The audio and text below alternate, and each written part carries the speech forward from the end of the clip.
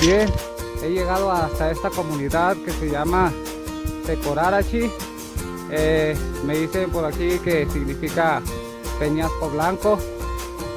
Hasta aquí llegué porque mi bicicleta se ponchó y no traigo refacciones, así es que vamos a buscar una ayuda aquí para seguir nuestro camino.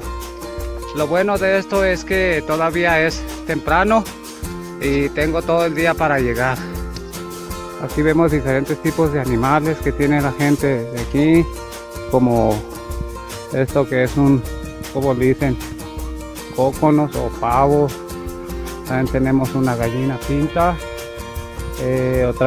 un gallo colorado, y más al fondo tenemos unos chivitos, y este árbol es de manzano, así es que vamos a seguir nuestro camino. Y así es como se divierten los niños, tienen sus columpios, y así es como se pasean ellos.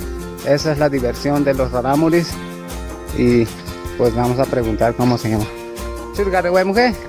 ¿Churgarihue? Juan. ¿Mujer ve Chirue? Dayana. Bueno. Y miren la belleza de este lugar. Es hermoso. Me gustaría quedarme aquí por unos días, pero mi destino es llegar a Nonuava y ya es tarde. Pero vamos a seguir. Cuida barrio hoy. Sani, ¿cómo se mira hoy? Marca mi je cope mi je Nonuava si mera. Mi je más si médico. Chihuahua si mera. Uri. Ach machi mi je kamu. Ach yene Chihuahua. Yena. La fico. Ajá.